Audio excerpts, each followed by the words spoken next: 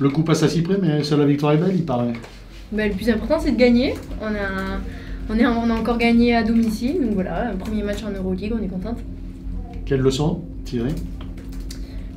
Faudrait qu'on arrive à garder l'avance qu'on a pu créer, réussir à jouer avec l'arbitre, et après il faudra qu'on trouve d'autres solutions aussi en attaque. Vous menez 10 points à la mi-temps, qu'est-ce qu'il se passe après? Je pense qu'elles reviennent dans un différent état d'esprit. Nous, on est un petit peu bloqués en attaque. On n'est pas dans ce qu'on nous demande. Voilà, après, il y a des frustrations et peut-être que ça c'est un tout qui fait que voilà, sont remontés. Les galères avec l'arbitrage, ça pèse beaucoup dans le collectif ensuite? On va dire que sur un match qui se joue à un point, ça peut jouer beaucoup, ça peut avoir un gros impact. Après voilà, c'est subjectif, peut-être que nous et toute la salle, on pense que les arbitres... voilà, mais peut-être qu'au final c'était des bons calls, voilà, c'est le jeu, faut réussir à jouer avec. Ça a été la crainte, la pétoche sur le dernier quart-temps?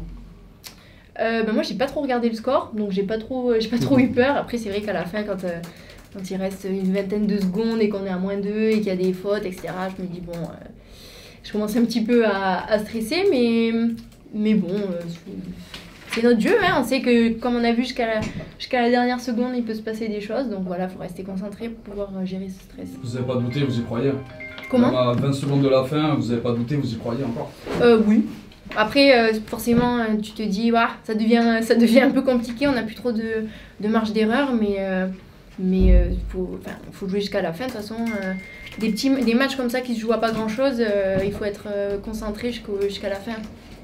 Ouais, raconte-nous quand même ce début de partie où tu guides complètement tes partenaires, tu leur as aussi montré la voie, tu as un peu pris tes responsabilités aussi, on a vu une vraie leader. On va dire qu'ils ont laissé des ouvertures aussi, mais je sais pas quoi. Les Hongroises, elles ont laissé des choses ouvertes, donc voilà, j'ai saisi les opportunités. C'est aussi une consigne que m'avait donnée Julie sur le début de match, donc voilà, j'ai essayé d'appliquer ce qu'on m'a demandé. C'était ton premier match en Euroleague, si je ne me trompe pas. Comment tu l'as vécu? Qu'est-ce qui te change quand tu joues en Euroleague? Bon, je l'ai pris comme un match comme un autre. Voilà, je pense que j'ai eu des stress un peu plus différents, de matchs qui se jouaient au coup près. Donc voilà, c'est cool d'avoir gagné ce premier match. Voilà. Quand on fait une finale olympique, un premier match d'Euroleague, c'est pas la routine. T'es revenu, toi? Salut. Oui, c'est vrai que c'est des stress différents. Là, j'étais pas spécialement stressée. Heureuse? Fatiguée. Non, contente, mais fatiguée. C'était épuisant. Ouais. Pour revenir un peu sur cette fin de match un peu folle, voilà, ça a été vraiment tendu jusqu'au bout. Ça se joue. Sur quoi ça se joue finalement?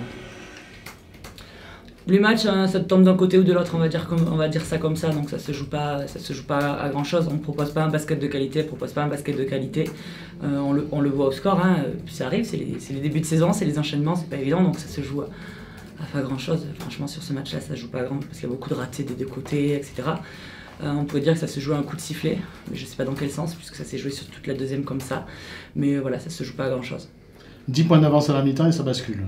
Oui, ben, on se doute que on fait plutôt une bonne première mi-temps, on se doute que ça va pas être si simple que ça la deuxième, et puis avec l'enchaînement, la fatigue, c'est un peu compliqué. Puis ici en Louisa, c'est un peu plus compliqué aussi, parce qu'on n'a pas tant de temps que ça de travailler sans une personne, donc c'est un équilibre de jeu qui est différent, on manque un peu de grande là, ça se sent ce match-là, et elles vont chercher ça, donc c'est compliqué, mais c'est comme ça.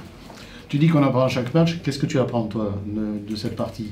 Qu'est-ce qu'il y a à revoir et qu'est-ce qu'il ressort pour toi? Il faut que je fasse un peu de méditation, ça c'est la première chose.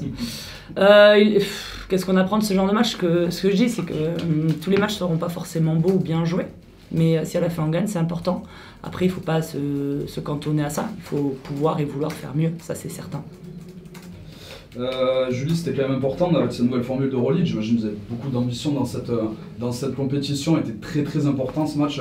Ça y est, on est dans la saison pleinement lancée là, avec ce scénario un petit peu fou. Ouais, c'est un vrai match Euroleague, comme tu dis. On a eu des matchs fous. Alors oui, je pense qu'en termes de qualité un peu moins, mais oui, dans le suspense, je pense que tout le monde va dormir à 2h du mat ce soir, vu le stress. Ouais, comme tu dis, avec ce nouveau format, je pense qu'il faut qu'on soit solide à la maison. Ça laisse peu de marge à l'homme, mais c'était un petit peu la même chose déjà sur le plus long format. Mais on sait que si d'entrée tu perds à la maison, ça te force à performer à l'extérieur, ce qui est quand même difficile en Euroleague de gagner à l'extérieur, on va pas se mentir. Donc voilà, c'est fait. Beaucoup d'ambition en Euroleague, je sais pas, mais essayer de sortir ce tour, c'est ce qu'on va essayer de faire évidemment. Et avec 3 victoires à domicile, on se dit que c'est pas très loin. Il y a quoi? Avec 3 victoires à domicile. Ouais, mais je suis pas bon en maths. Donc je sais pas. Si tout le monde fait 3, et toute égalité. Ouais, là, c'est tu vois, c'est hyper compliqué.